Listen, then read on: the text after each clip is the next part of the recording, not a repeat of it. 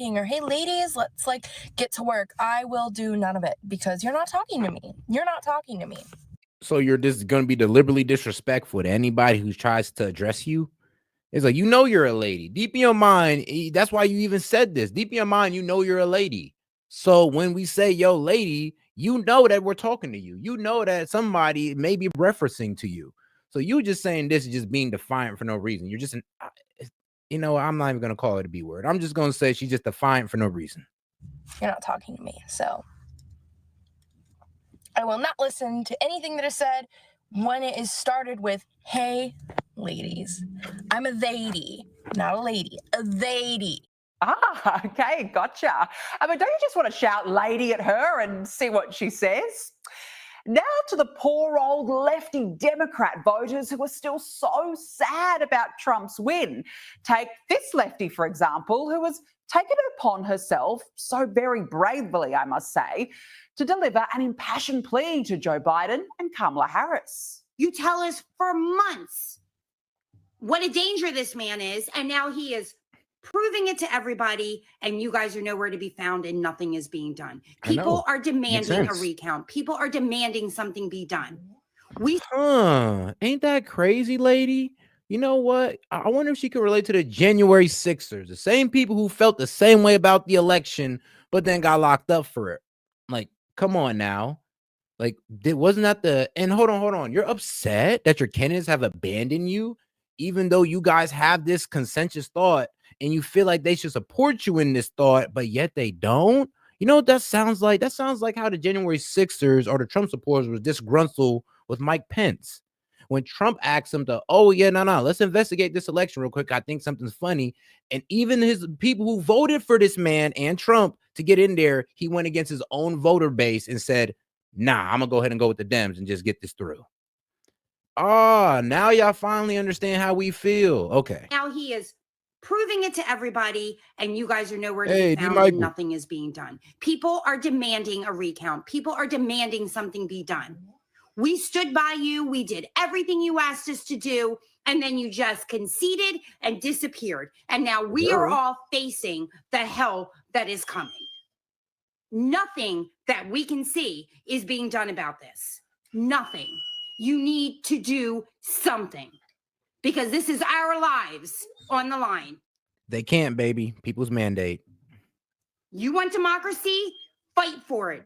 A recount. Now, that's an interesting one. I guess after all, their lives are on the line here. And while we are at it, here is a very important public service announcement. Trump is winning and I'm going to flee to Canada next week. I'm a Chinese national working on a temporary visa in the United States for about 10 years. In the past administration of Trump, I have been experiencing a lot of hurdles.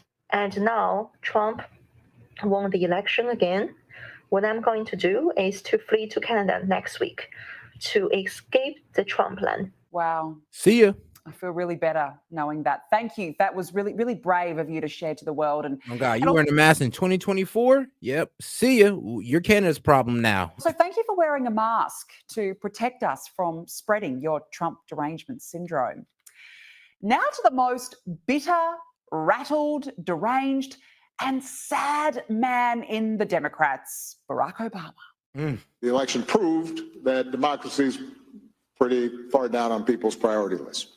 Wow. Insulting 76 million people, pretty much saying that, we don't care about democracy, is at the bottom of our list. I'm like, and I made the joke. I'm just like, okay, well, if you wanted to be at the top, maybe not make inflation and immigration such a big ass problem, and maybe we'll care about what the hell y'all talking about. Pluralism is not about holding hands and singing Kumbaya. It is not about abandoning your convictions. It is about recognizing that in a democracy, power comes from forging alliances and building coalitions and making room in those coalitions, not only for the woke, but also for the waking. Actually, maybe, Barack, it's got something to do with your DEI pick for office, Kamala Harris. It's truly breathtaking. Well, in all honesty, I heard they did not want Kamala Harris. Barack Obama did not want Kamala Harris. Most of the Democratic leaders did not want Kamala Harris to be the presidential candidate. Biden appointed Kamala Harris and stuck them with Kamala Harris because honestly, they'd have probably just ran the primary again and picked somebody better like Josh Shapiro, Gavin Newsom, you know, people that could actually win the election or had a better chance than Kamala at least. How irrelevant this guy is. And how about Tampon Tim? Sorry, Tim Walz. The poor bloke's now resorted to blaming America for the election loss. We were pledging to be inclusive. We were pledging to bring people in. Donald Trump has said that that isn't what he wants. And so if that's what America's leaning towards, I guess for me, it's to understand and learn more about America. And actually, that's why you... And shout out Jazz, work from home. Do people not realize that moving to another country will not help as everyone else in the world is affected by America? Is like, yeah, that's actually a pretty good point. You know, that is actually a funny ass point. So you think you're gonna move from America and God forbid our economy goes left and goes down, you don't think Canada's gonna be affected? You don't think Mexico's gonna be affected? We affect the world on a global scale. No matter where you go, you will always experience American influence. No matter where you go, unless you're in the caves or in one of these like, I don't know, like tribes or something, then you're outside of the world influence. But if you're in a modern society, third world or first, you know about America and you know about our influences. Shout out. Lost, Mr. Woke Waltz. And clearly the crazy... Shout out Jazz from work, because that was a banger point. And make sure y'all double tap that screen and like the video and hit the 3 dots up there to also like the video and, you know, subscribe while you're at it. Runs in that family because, listen up, ladies, Tim Walz's daughter is offering up some crucial dating advice. Do not date men who follow Joe Rogan on social media. The first thing we do when someone starts talking to a new person, if they follow him, we're like, yeah, this person probably isn't a great person and probably our values don't align, so we're gonna move on from that. And that's a lot of people. Honestly, it's worked. I mean, the man got 18 million on YouTube alone. If we combine everything, sweetheart, everything, because people on the left and right listen to Joe Rogan. I'm gonna be real with you, especially when he has their, like, I ain't gonna lie, he has let people from the left on there who be, you know, talking they ish. So to sit there and say not talk to no dudes who listen to Joe Rogan, I mean, like, sweetheart, you're cutting off your side and the other. Out well for all of us. Like, obviously there's been, you could tell, I ain't gonna lie, though, you could tell by the lip that is definitely Tim Walz's daughter. Some heartbreak in there because of it, or at least some disappointment, but it truly is a litmus test, and I got you, ladies. You should start doing it. Ladies, here's a red flag. Maybe these women should ask men if they voted for Tim Walz instead. I hear that's a real game changer in the dating world. And to Joe Biden, whose hair has proven the man really has had it. Here he was at a Christmas tree lighting ceremony where, well, it's obvious he was the one who switched on the power. In fact, we have some more exclusive footage from that night to show you. Crazy. Here he is. Here's, oh, no, wait. Guys, that's not him. That's Dr. Emmett Brown from Back to the Future. Sorry, that's not right. Let's try this again. Here we go. Joe Biden, everyone. No. That's wrong. That's Ebenezer Scrooge after having just seen all 3 ghosts of Christmas past. Can we get this right? Quick, try again, please. Let's try. No. That's Roy Munson. Just forget it. Now more lefties losing it with my next guest.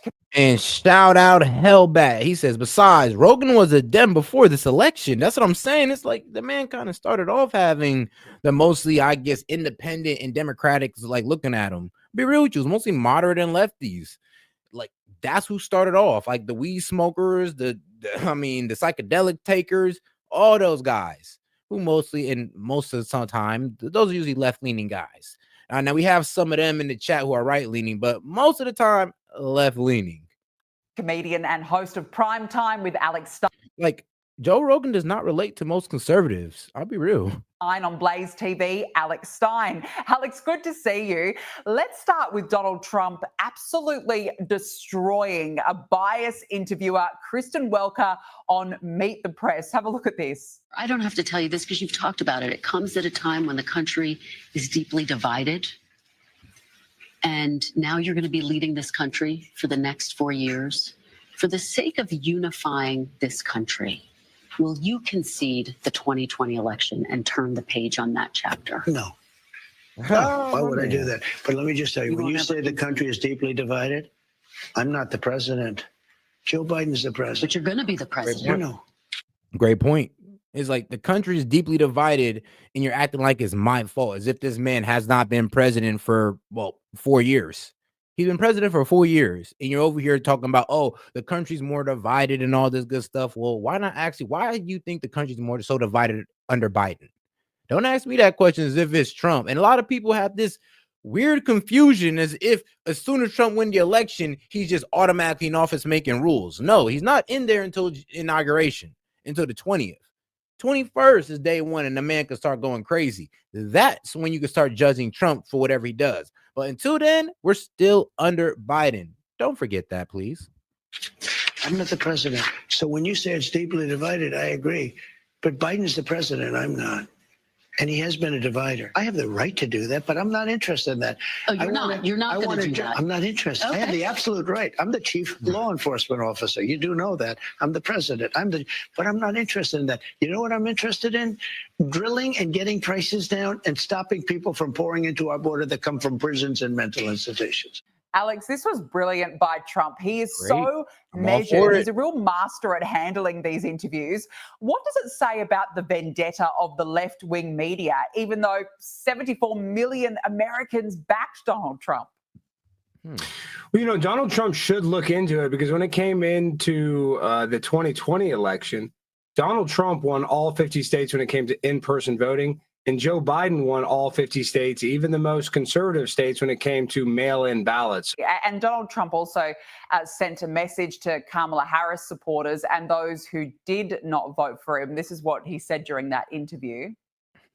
What do you want to say to Americans who didn't support you in this campaign? I'm going to treat. I'd hit him with the too bad. But no, what he said was actually pretty unifying, and it was low-key one of the smartest things you could say, and one of the most unifying things you could say is that, bro, I don't care. I'm gonna treat you like you my supporter. I'm gonna treat you like you my number one supporter. Like you came with a shirt with my face on and a hat on, even if you hated me. I'm gonna treat you like that. I'm gonna treat you like my number one fan.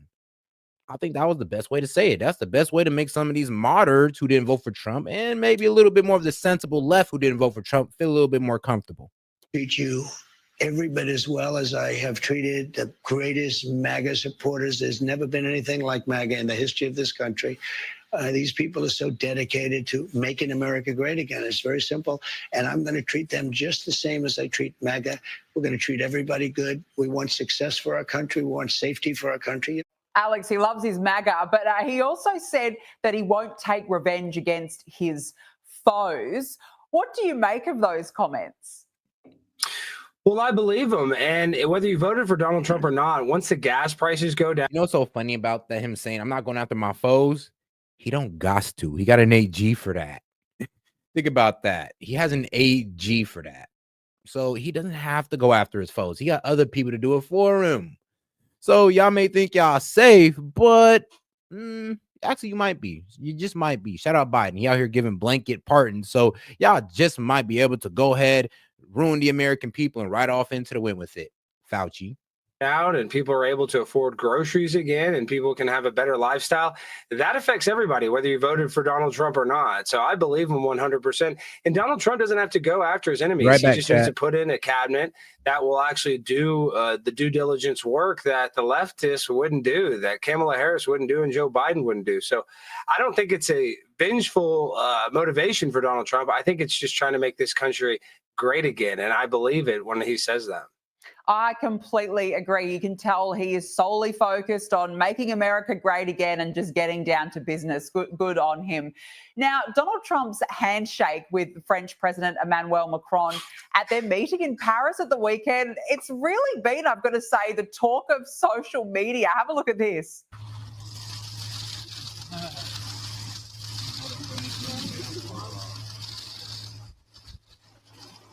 That's one firm grip, but I'm going to say it reminded us of this handshake with Vladimir Putin back in 2019. And shout out Kimid. Cumid? Cumid. I'm pretty sure you'll give me the pronunciation later. I think what all these Democrats are really trying to say is, oh my God, daddy's home. I'm so tired of the same old talking points from them. Yeah, I'm thinking the same thing. Appreciate you. They pulled him in there, Alex. But I've got to say, Trump's a strong businessman. People say he is dominating world leaders. But after America's weak leadership, is this what they need to do to gain respect on the global stage again?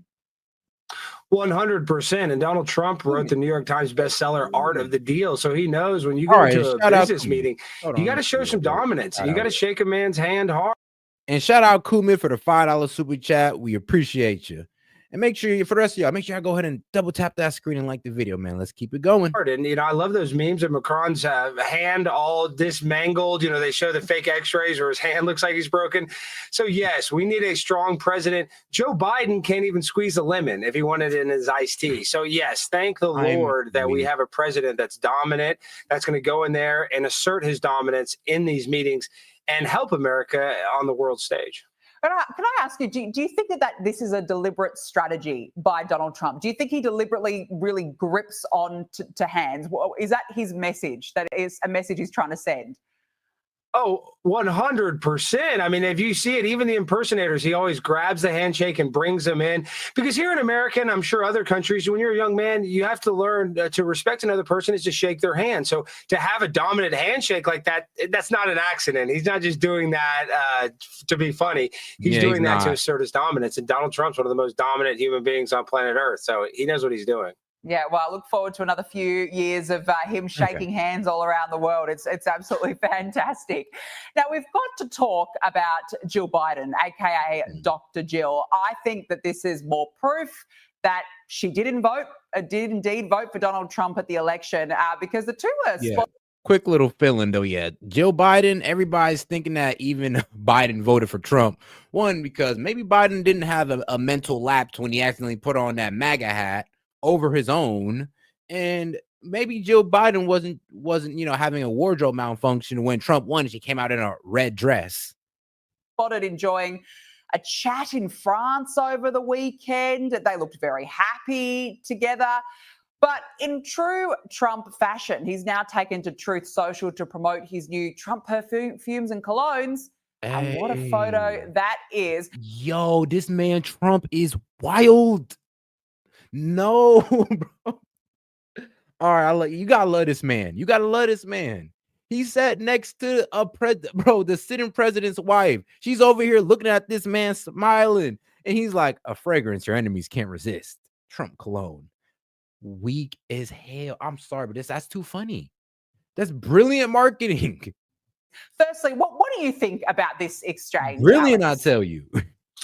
Well, let me just tell you this. As a person that's met Donald Trump, he does have an aura that is positive. He makes you happy. So I think that's just her natural reaction when she sees Donald Trump. But on top of that, you're right. They don't like that Kamala Harris basically staged a coup to make her husband step down from running for president. So there's bad blood between Jill Biden and Kamala Harris, 100%. So I have been hearing that throughout the election, that there's always been bad blood between, Jill Biden and Kamala Harris. And I'm just like, you know what? That makes sense. When you put women in the same house, they always do seem to get a little catty with each other. I mean, it's just kind of crazy how that works, right, guys? Like, look at all the celebrity shows. You put a bunch of women in the same house, and what happens? Do I need to say more? All right, let's keep it going, guys. Let's keep it going because we're about to get into the UnitedHealthcare CEO being assassinated and them finding out who it is. Let's go. Obviously, we just covered. Let's go. All right, guys, we are just going all day today. You're getting 3 hours of Candace content because there's so much happening in the world. Obviously, we just covered the fall of Syria. Super important. If you have not watched that, go back and watch it. 2 hours with Scott Horton. Just very crucial that Americans understand what's happening in the Middle East now because we are implicit and complicit in everything that goes on. But anyways, we have to talk about Brian Thompson. I wanted to talk about the Brian Thompson. That's the UnitedHealthcare CEO who was assassinated. Crazy story. I'm going to explain to you guys that are overseas why this this story has really gripped the nation. Well, now they have named someone who they believe is the killer. So we're going to call him at this time the alleged killer of Brian Thompson. And believe it or not, and I believe it, he's an Ivy League student who liked the Unabomber, who was another Ivy League student. It's getting very interesting. Yeah, and if you don't know the story of the Unabomber, he was an Ivy League student who had CIA testing done on him that's kind of effed up his brain. So much he went into the forest and became an enemy of technology. And from somewhere out there in the forest, sorry about that, somewhere out there in the forest, this guy was out here sending bombs, mailing them. Interesting. And wrote a complete manifestation predicting the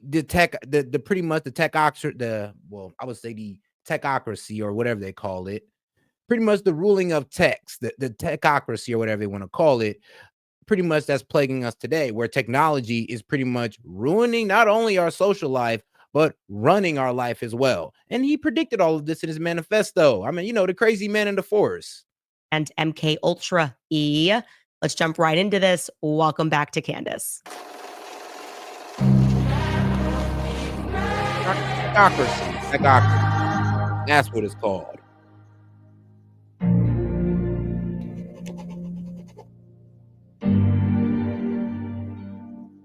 All right, so let's just sort of begin with the recap. And like I said, I have so many listeners from around the world who don't quite understand the American healthcare system.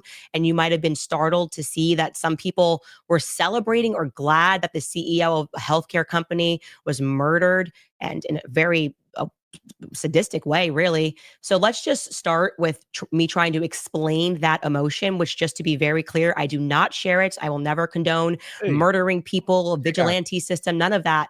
But it's important for you to know that America's healthcare system is, in fact, a drug cartel. Okay. Yes, it is. It's a partnership between the government. Always do say insurance is the biggest scam we all need. And that's the truth about insurance. I mean, look, their job is literally to collect monthly payments from you, which are premiums. And then once you finally need it, they got to find a way to not give it to you.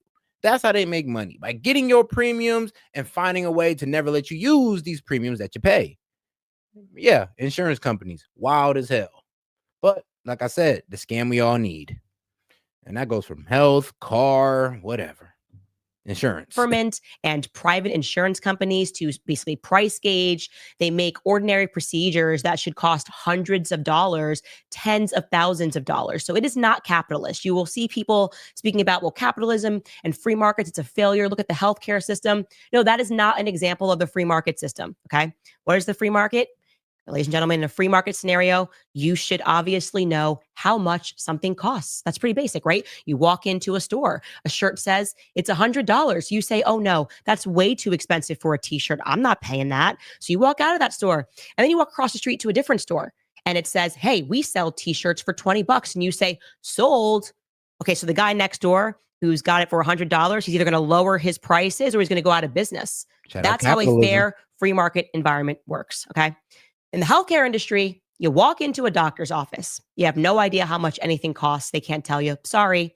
They can only tell you how much things cost after you have had the procedure. You get sent a bill, and your insurance company pays maybe some of it, and then you kind of have to pay the rest. You pay deductible towards that bill that you don't know how much it's going to cost into the future. And you basically have to keep paying your insurance company in advance of you even getting ill or getting sick. And your insurance company also tells you exactly which doctors you're allowed to go to. You can't shop. You can't be like, well, I think this doctor's better. It's like, no, this is your healthcare plan. These are the doctors that you can go to. And of course, they're doing all of these deals behind closed doors, and the patients are completely blindfolded. Okay. So what happens if you had just removed these insurance companies? What happens if you had removed these major insurance companies like Brian Thompson, UnitedHealthcare?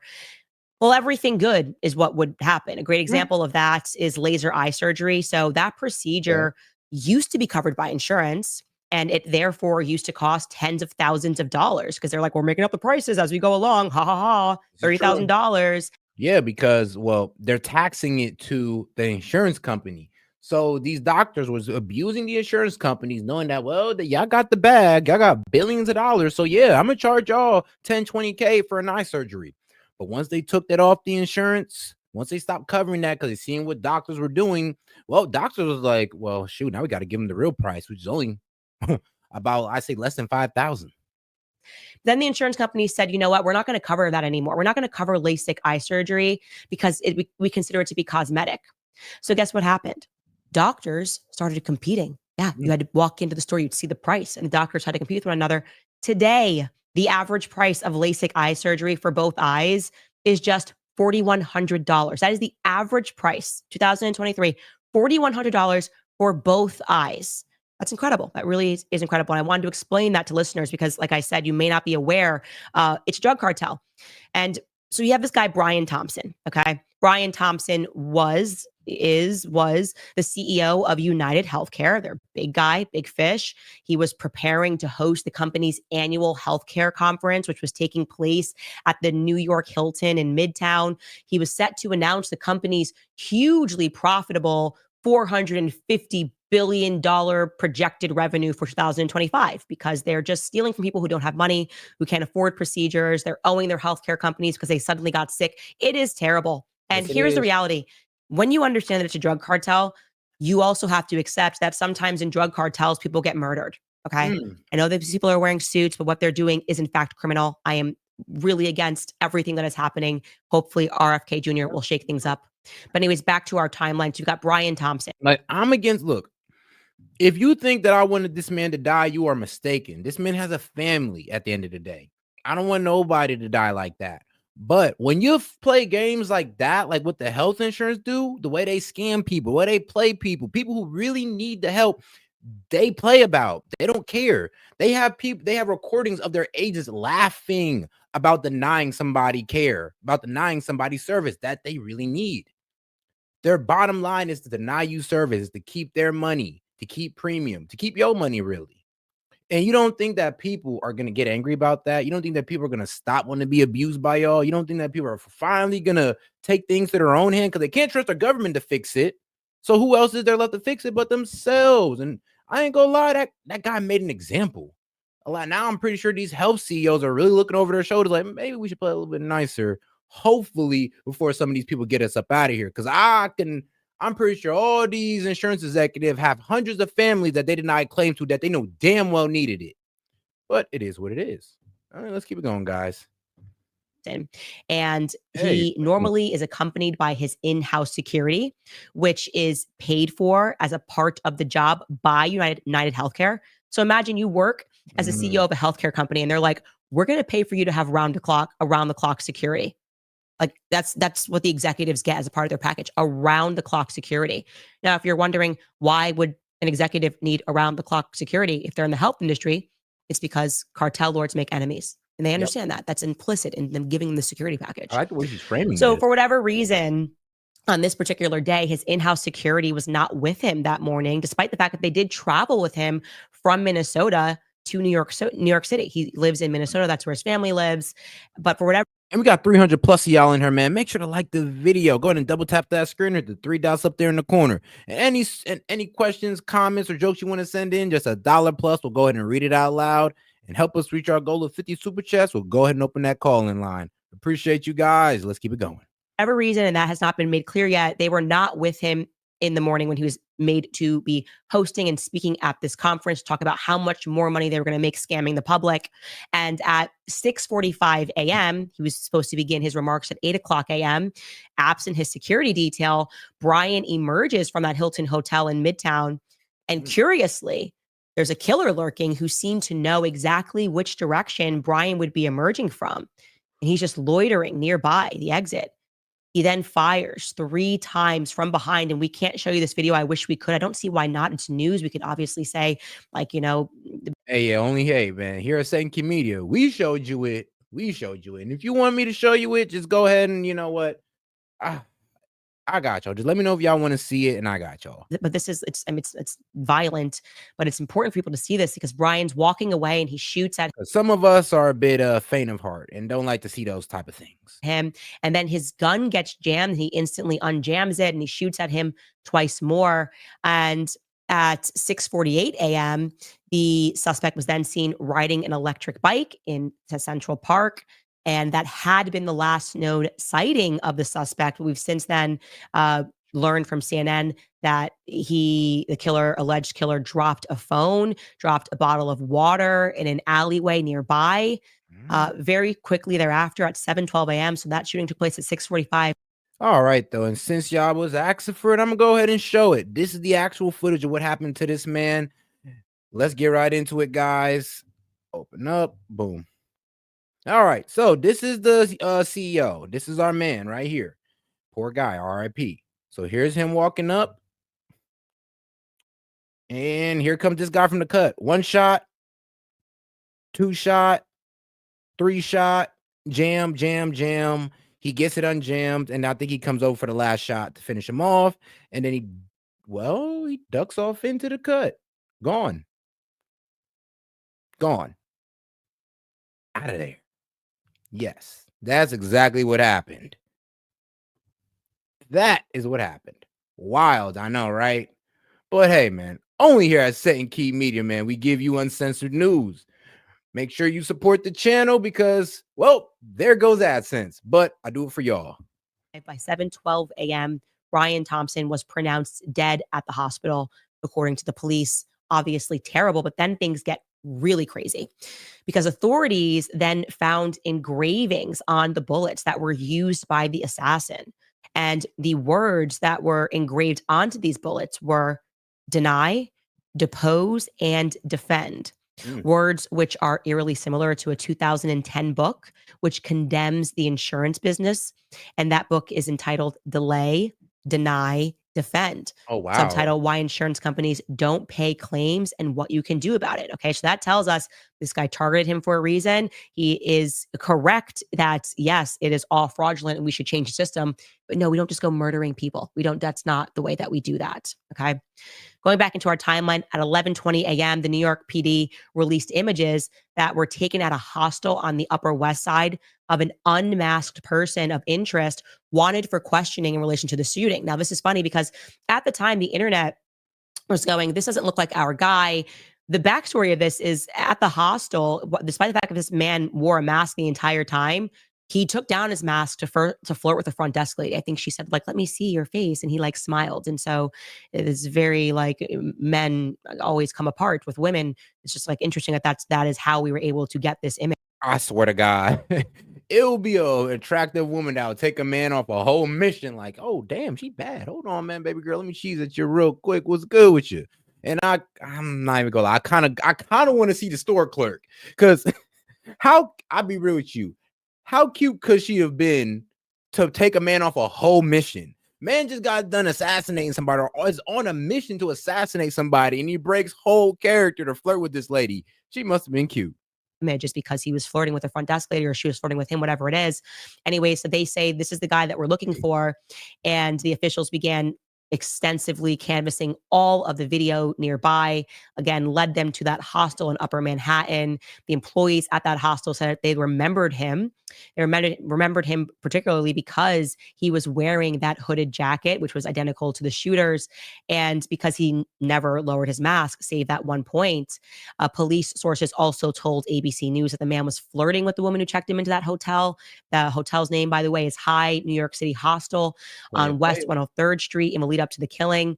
And like I said, when she said, let me see your smile, that's when he pulled on his mask. That is how we got that image. Now, there was much ado about his backpack, a Peak design backpack that was recovered in Central Park by the NYPD that allegedly belonged to the suspect. It only had 2 items inside of it, a Tommy Hilfiger jacket and Monopoly money. So this kind of made it clear of why people were recognizing correctly that his jacket had changed, that the jacket at the hostel did not match the jacket, which we're going to show you. They were able to get some images of him at the Starbucks across the street or next to the Hilton Hotel, and he's wearing the jacket that he's wearing when he shoots. But you see that jacket right here that we're showing you, that's him at the Starbucks. There's no pockets on the side, whereas the jacket when he is at the hostel has 2 pockets on the side. Can we do a side-by-side of that, guys, so we can see? I don't know if we have it. Yeah. So you can see those jackets don't exactly match, and that threw the public off. I'm weak. Bro already knew what to do. He knew he was going to be on camera. If it wasn't for that cute girl at the desk or at the counter, we'd have never found this guy. He would never been able to see his face. But that now we were afforded this explanation that he perhaps changed his clothes, changed his jacket, if the jacket that he used on the scene was still in the backpack. Shout out beautiful women. Shout out beautiful women. This is y'all dub. Now jumping back into Brian Thompson, a private funeral for the CEO was held. Obviously, the family had been devastated. People were trying to just wondering exactly like what exactly happened here. There were a lot of questions surrounding his wife. Like I said, people are then starting to theorize on the internet, talking about the discrepancies between the jackets. And I can tell you, people then started to look closer at Brian's personal life. Like maybe this has nothing to do with healthcare at all, they thought. Maybe this has to do with a personal situation. Well, a little bit about Brian Thompson. He's a University of Iowa graduate. He began his career as a certified public accountant. He didn't really have name recognition beyond the healthcare industry. But then obviously he became very big. And at the age of 50, he had worked for the UnitedHealthcare group for 20 years and had run the insurance arm since 2021 after running its Medicare and retirement business. And as the CEO, Thompson led a firm that, just so you guys are aware, UnitedHealthcare provides healthcare coverage to more than 49 million Americans, myself included. And I can tell you this is a scam business. There's no question about it. That business run by Thompson brought in $281 billion in revenue last year. And they were projecting even more. And yet the healthcare recipients have never been more. Yep, and think about it. They only make that type of money when they don't pay claims. Unhappy. So what does that tell you? We also know that he himself was being paid, Brian Thompson, $10.2 million annually. That was his pay package. It includes his salary, his bonus, as well as some stock options and awards, which made him one of the company's highest paid executives. Now, regarding his wife, people were theorizing that maybe she put a hit on him. And that's because his wife, a woman named Polly Thompson, had actually been living in separate homes less than a mile from one another in Maple Grove, Minnesota for years. The Wall Street Journal reported that, and it got the conspiracy minds going on the internet. They have 2 children together. He purchased a separate home from her, $1 million home near his family, so that they could obviously be close enough to raise their children. Paulette spoke out. She said she was devastated. She doesn't know what happened, but she did say that there were some people that had been threatening him. She also issued a statement saying that Brian was an incredibly loving, generous, talented man who truly lived life to the fullest and touched so many lives. Most importantly, Brian was an incredibly loving father to our sons and will be greatly missed. Okay. And that's why I didn't condone his death. I didn't even know the man had a family. I just assumed that he had a family. And that's why I don't condone nobody dying in this. But you play a dirty game, you get dirty results. Now, here's where things get a little bit weird. In 2021, when the insurer, like its competitors, UnitedHealthcare, was widely criticized for a plan to start denying payment for what it deemed non-critical visits to the hospital emergency rooms. So essentially, you arrive at the hospital and they can just decide whether or not afterwards, because that's how it all works. It's afterwards. You're blindfolded. That actually, no, we don't really think that you should have gone to the hospital, so we're just going to deny you coverage. And so you're just going to get stuck with a $10,000 bill, because part of this price gauging is like you go to CVS and you look at Tylenol and Tylenol says it's $100 a pill. You're going to go, no, I'm good. I don't need Tylenol for $100 a pill. I can't afford that. The hospital, they just give you stuff and don't tell you how much it costs. Then you look and they're like, no, that's $100 a pill. And now you owe us $10,000 for a hospital visit that you were at the hospital for one night. I mean, it's that insane, guys. It is that insane. Like, I'm not going to get into the specifics of how I ended up in the hospital, but I was in the hospital for like 2 days, specific injury. And it was crazy because I'm over there thinking like, yo, I want to go home. I don't even want to be in this mug. I can heal up in my bed. But they kept me there for 2 days and sent me a bill for $8,000. I was like, hold on. I told you I wanted to go home. I told you I didn't want to be there. I didn't like the food there. I didn't even like the environment. It made me feel even worse. So I said, let me go home. Nope. They kept me there 2 days, and then 2 days unwanted. And then they charged me $8,000 for it. Not kidding. So UnitedHealthcare took this position that they were going to decide after, like, play with people's entire financial lives. Early 20s, they said, quote, patients are not medical experts and should not be expected to self-diagnose during what they believe is a medical emergency. It's incredible. That's what the chief executive of the American Hospital Association wrote in an open letter that was addressed to Thompson, essentially threatening patients with a financial penalty if they made the wrong decision. Insanity, just absolute insanity. You go to the hospital because you think it's an emergency, obviously. And if it ends out not being an emergency and it's not life threatening, then great. You're like, okay, amazing. And you're only going to the hospital because there's so few doctors that you can even go to under your insurance plan. You got to follow the doctor hours. Doctor then has to be available, especially as you get into the lower tier of coverage. They have way too many patients because people don't have the money to be able to afford the bigger plans. And they therefore are not paying enough, and they have so many patients in the waiting room, they can't even get an appointment for months. So that's why they're going to the hospital. They can't even get an appointment. I'm really telling you, I mean, it's awful. Okay. Anyways, I'm going to pause there because now I'm going to tell you a little bit about the alleged killer, I will say. But first, I'm just going to kick it to one of our advertisers, Goldco, because before he you even charge those like money, that because okay. It is crazy. So this is crazy though. I'm not even gonna lie. Like I said, through the way the insurance industry works, and this guy just honestly getting assassinated on public, on like CC television. Yeah, this is crazy. And it makes sense because it highlights, well, I'm gonna be real with you, the duplicity of the healthcare system, or the duplicity of these healthcare, well, businesses or corporations. Assassin. Long story in the middle there about how they caught him. Obviously, I told you he got on a bike, and then it turns out that he got on a bus. At one point, they were fishing into a lake that people thought, are we looking for a dead body? Is the assassin dead? Are they looking for items that he may have dropped off on the way? This guy essentially disappears from Manhattan, where there's like a camera on every single block, and people are going, this is very suspicious. What we didn't expect, what we did not expect, was for this individual to be an Ivy League graduate. Okay, again, we're saying allegedly. Obviously, we believe in due process. He has not been brought in officially. He hasn't gone through due process at all. But the would-be assassin, the alleged assassin, is a young man named Luigi Mangione. Okay, Luigi. Let me tell you a little bit about this guy that you're looking up on the screen right now. He is 26 years old. He bills himself as anti-capitalist. He's an Ivy League graduate. He was taken into custody. Here is the story of how. I ain't gonna lie, that boy got is it me or this man's teeth don't look right? Like this shit AI or something. But it is what it is. Let's go. I don't know if McDonald's is having the best or the worst year ever. But after all of that, making it out of New York City, able to assassinate someone, and then this manhunt ensues. You want to know what broke him?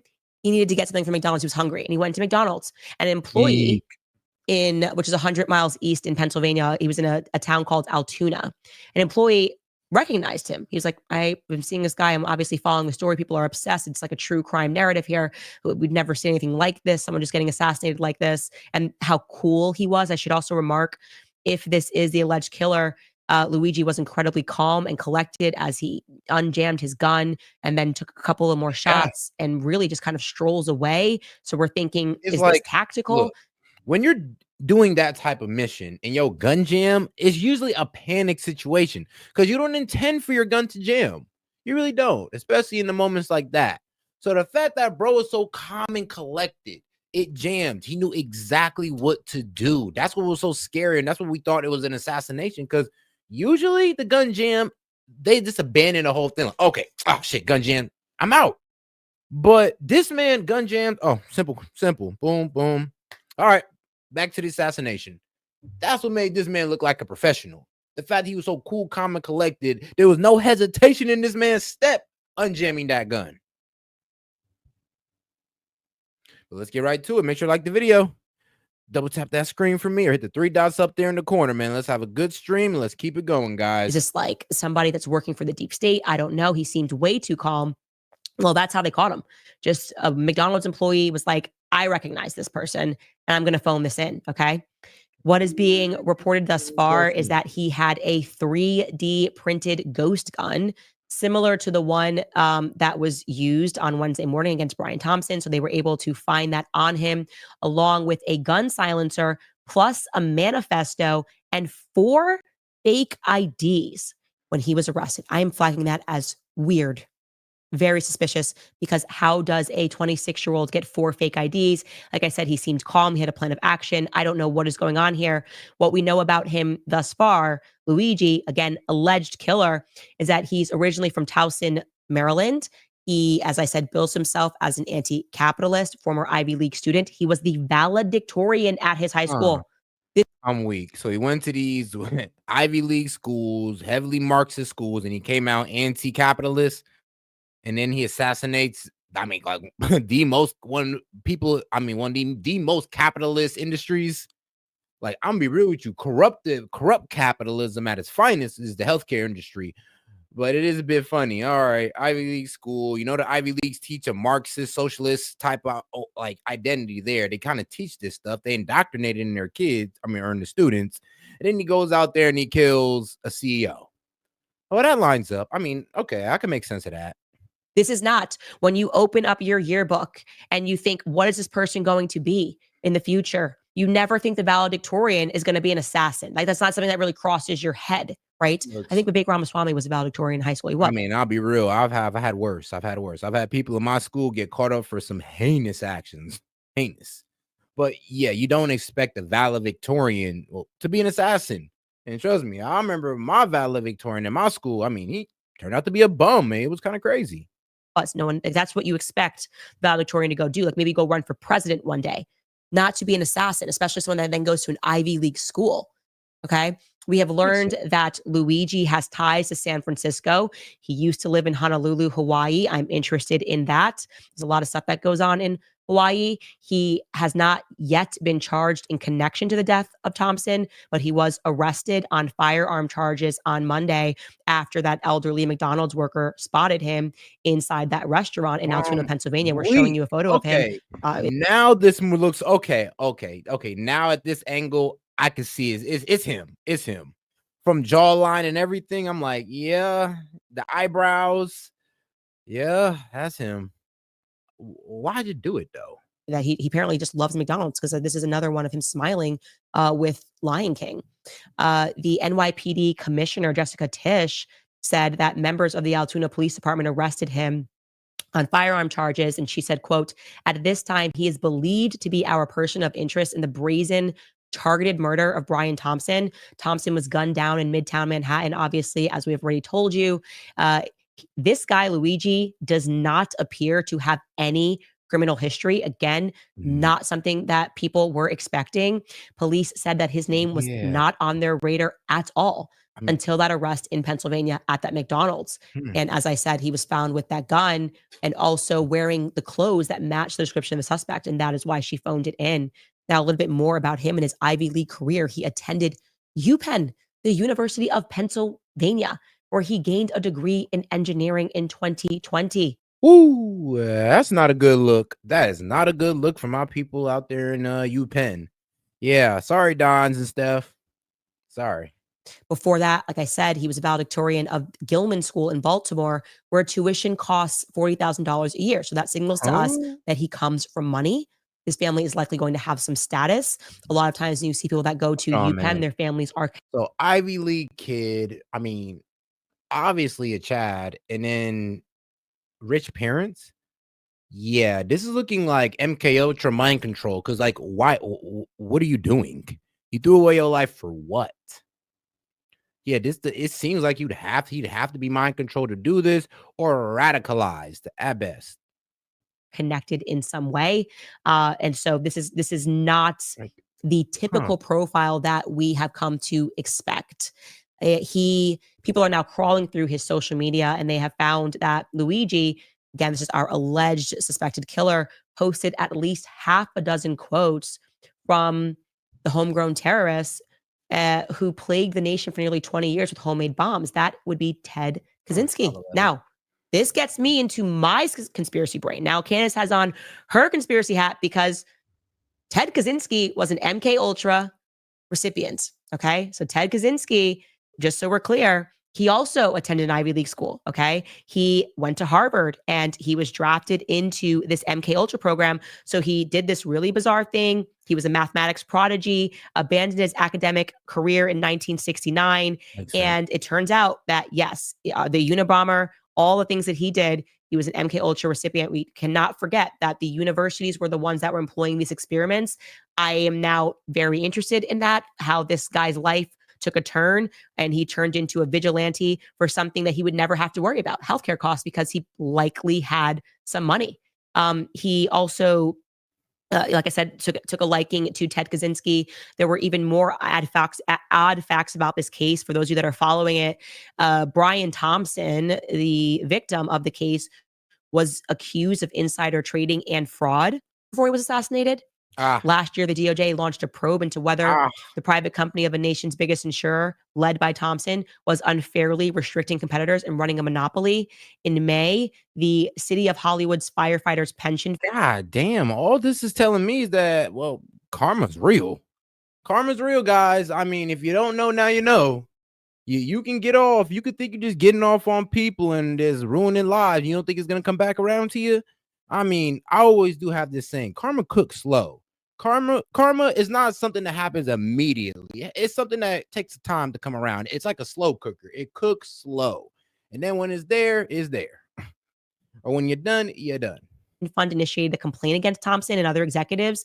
The complaint accused the CEO of failing to tell investors about the federal probe before he unloaded over 31% of his stock, taking in $15.1 million in proceeds. So people are asking the question, like, do we have a kid who maybe was seeing a psychiatrist, MK Ultra style, and they somehow activated this kid to go kill this CEO so that he would never testify because he knows where bodies are buried? We're talking about a monopoly now, of course. Like, what's going to happen if Brian Thompson was being investigated by the DOJ? Is this case going to still go on? We don't know. Again, we're just putting on our conspiracy hats for fun because we're allowed to think, and you have permission to think about this case. This is not a typical candidate for a brazen assassination. In legal documents, the fund said that Thompson and other company execs sold over $117 million worth of UnitedHealthcare common stock during the 4-month period when they knew that the federal antitrust investigation was going on, but the public did not. So Brian Thompson was under some heat. Could this be related to why Brian Thompson went and shot him? We don't know. But this is crazy. This is very interesting. All right, you guys, just going to very quickly throw it just once more to another one of our advertisers, this time American Financing, because I know that there are so many people out there that are feeling the stress. Give you this update to see what you guys think. Okay, in the chat, one person is saying, I am not buying that. This is the guy. I think it's the guy. I think it's actually the guy. And I am questioning what programs he was involved in. I want to know more about his family. I want to know about who his father is. Was his father one of the people that was potentially being burned because of this monopoly? Why fixate on, again, a problem that you would not have? Because obviously you seem to, you're the cream of the crop, right? You've risen to the top. You're valedictorian. Your whole life is set before you. What makes you turn into a radical? What actually radicalized you? I believe that the university campuses are what's radicalizing so many of these students. I mean, yeah, you're talking about an Ivy League school. They teach socialism. They teach Marxism. They teach everything but capitalism. It's kind of funny because you're going to college to honestly compete in a capitalist society, in a capitalist market. So it is funny how they turn you against the thing that you kind of got to go out there and compete against. Stupid, but it is what it is. But yes, he has this ideology. He hates those who make money. I mean, well, let's be real. The election kind of proved this whole make them pay their fair share, kind of proved how much people actually hate the wealthy. I mean, let's be real, even the innocent wealthy. But I will give it to libs. When libs say, oh, the rich is evil, the rich is evil, all they do is keep to themselves. This is the guy they're talking about. When they bring up this guy as a point, I can't be mad at him. I'll sit there and I'll go like, hell yeah, you're damn right. Guys like that do take advantage. Guys like that are part of the corrupt corporations that take advantage of the Americans. But that's not all corporations. That's not all CEOs. So yes, we have this example, but this is a very small minority. There's a lot of CEOs who actually invest into the people, who actually reinvest and create jobs and higher salaries and all that good stuff. So I would not want y'all to just run off on this whole, oh, this is all these CEOs. No, this is not. This is definitely not. right? Personally. And I know, because I know my history about MK Ultra, because I've read Chaos, I know that these tend to be CIA breeding grounds. Many of these university campuses that you would never suspect were involved in the MK Ultra program. And it's important to learn about that piece of America. Read that book, Chaos. I tell you to read it all the time. Really important to read it. This person writes that he was probably bored. This person says gender studies for sure. No, engineering. He's a brilliant guy. This is no dummy.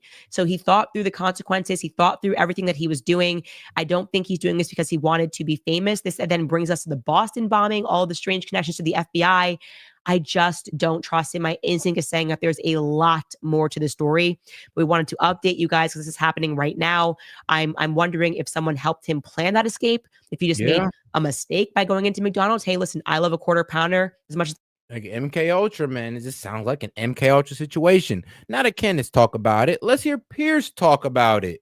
All right, man, everybody, let's get ready for this one. Make sure y'all like the video. Go ahead and double tap that screen and hit the 3 dots up in the corner. If you have anything you want to share with the chat, any question, comments, or jokes, just $1 and up, we'll go ahead and share with the chat and post it up to the top. Appreciate the support, guys. Let's keep it going. They all be killed, these healthcare executives. Would that make you even... So should they all be killed then? Should they all be killed, these healthcare executives? Would that make you even more joyful? No, that would not. But why not? And, why are you laughing? Because it wouldn't fix. You seem to find the whole thing hilarious. I find your question A funny. bloke's been murdered in the street. I don't find it funny at all. The planned killing of a civilian by a ruthless assassin would usually provoke outrage from everybody, no matter their politics.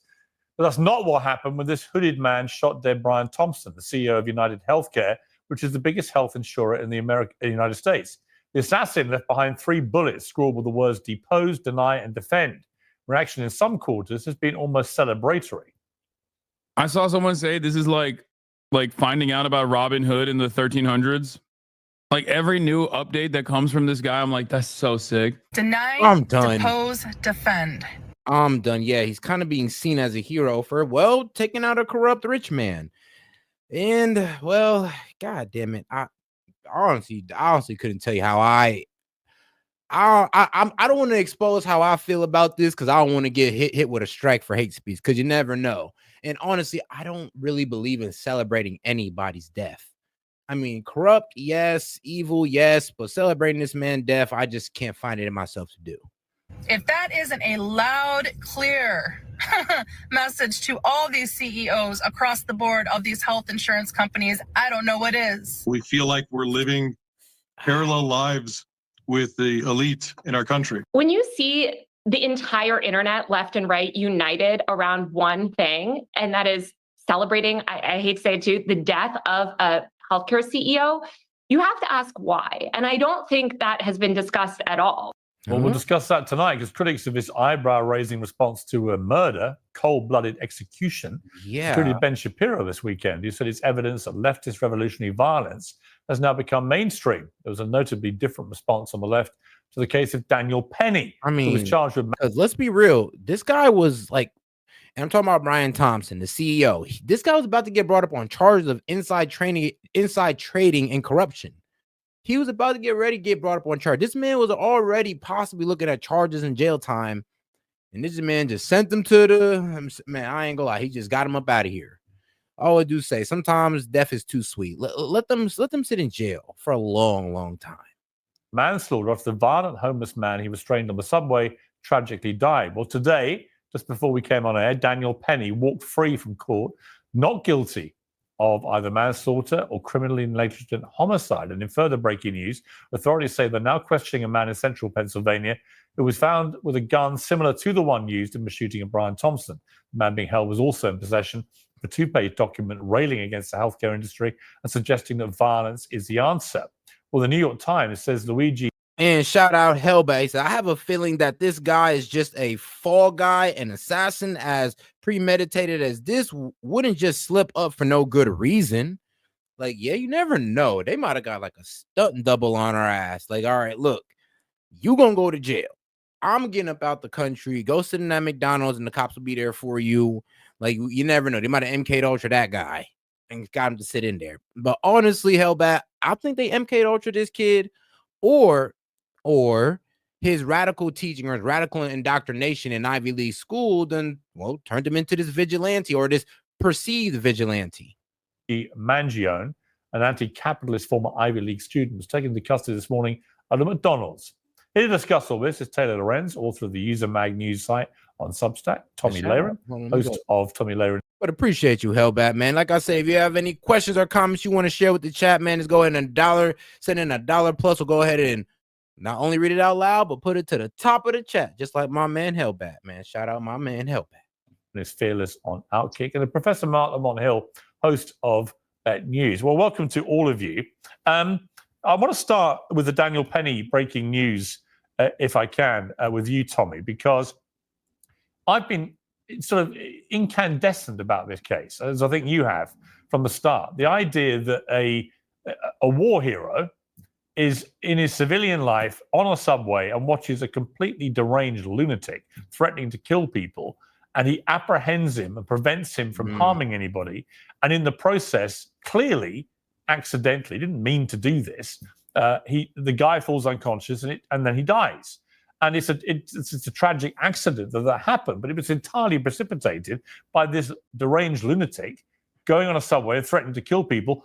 A subway system, by the way, in New York, where people have been killed quite regularly in recent years. This guy... It's crazy how the man even was standing trial. I'm like, well, hold on. Wasn't he just protecting American people because this guy was agitating them, or I think he was coming at them with something? So, yes, this man stands up and puts down the bad guy, and now he's in court. Okay, yeah, wild as hell. I mean, the disrespect of masculinity and the need to protect our people is crazy. Is it? I mean, look how they disrespect the soldiers. Look how they do all protectors in society. Hero, and yet he was treated like a criminal who should be thrown into jail for the rest of his life.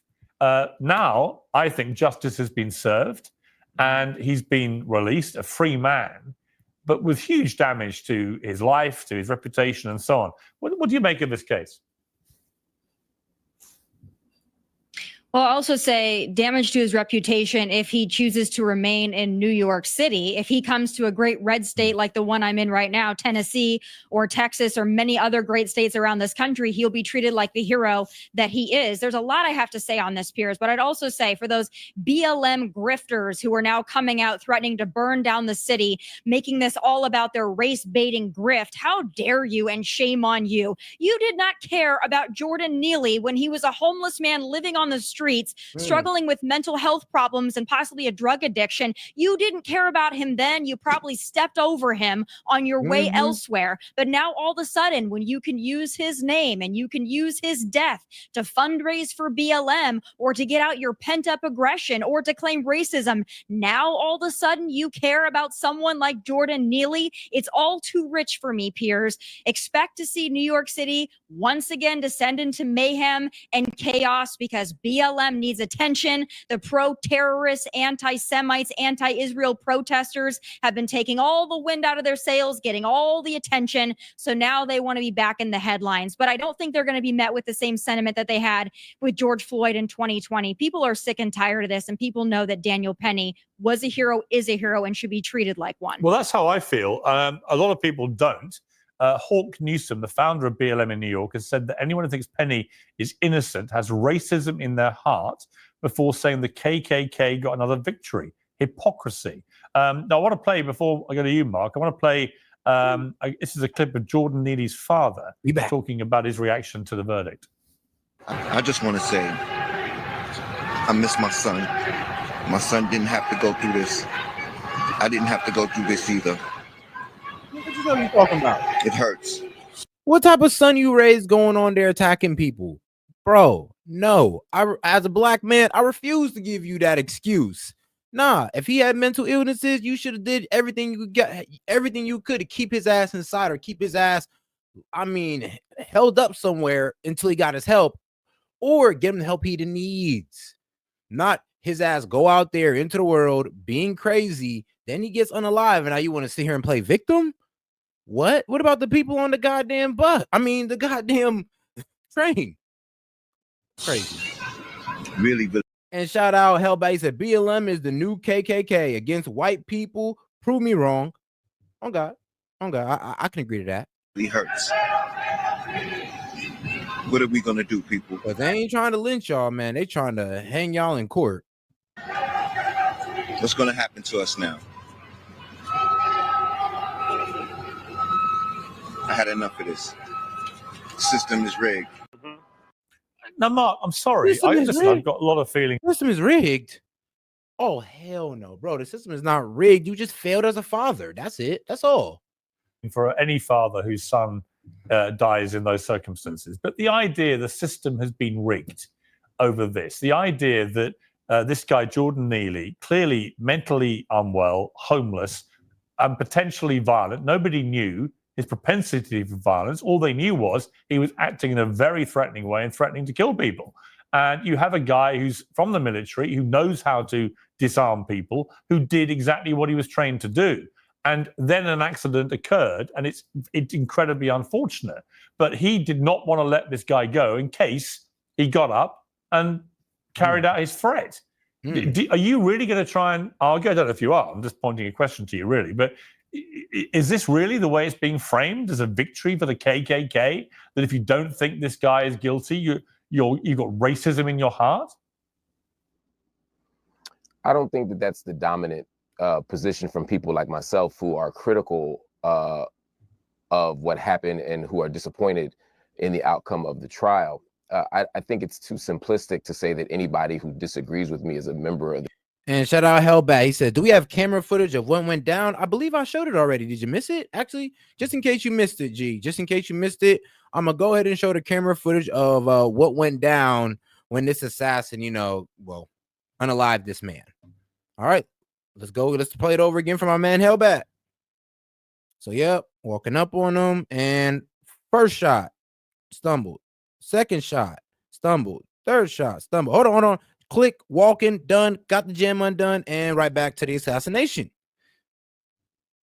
That's what made it seem too smooth. Like, the man ain't never just kept it pushing. I mean, like, bro, most people would have, like, low-key stopped. Would have low-key been like, oh, shit. They'd have been in a rush. But this man just said, all right, no, we're good. I'm just going to walk it down. So, yes, this is pretty much what went down. Silencer and all. And then he's gone. Oh, the train incident. No, I could see if I can find that one again, actually. No, I'm pretty sure I think I got that one. But I was just making sure, though. Because I was like, hold on. The KKK or has beliefs like the KKK. I think that becomes almost like a straw man argument. I think there are a few things that we need to talk about with regard to framing. The first thing is, as you pointed out, Piers, this man is mentally unwell. This person was struggling with mental illness. That's very different than the initial introduction to this segment that you gave, where you said he was a deranged lunatic. And as you repeated multiple times, deranged lunatic, it would communicate to the audience and to everyday people everywhere that the only way to stop this person from, destroying the subway and killing everybody was to put him in a 6-minute. But he was behaving like a deranged lunatic. He was. I mean, it's indisputable. Nobody knew at the time what his mental health status was. All they knew was he was behaving. He was behaving in a lunatic manner, threatening and potentially dangerous. Nobody knew if he was armed. Nobody knew what he might do. People were terrified. So I'm afraid, for all intents and purposes, the guy was behaving like a deranged lunatic. It turns out after the event, we discover he has mental illness. But let's not pretend that in the moment he wasn't acting like a deranged lunatic, because he was. I wasn't. I wasn't saying that. You interrupted before I could finish the thought. You would understand I wasn't saying that. What I'm saying is that someone with a mental illness may or may not be violent. Most people with mental illnesses in public space, according to all the evidence, all the data, are not violent threats. And so I'm saying that we should not presume that they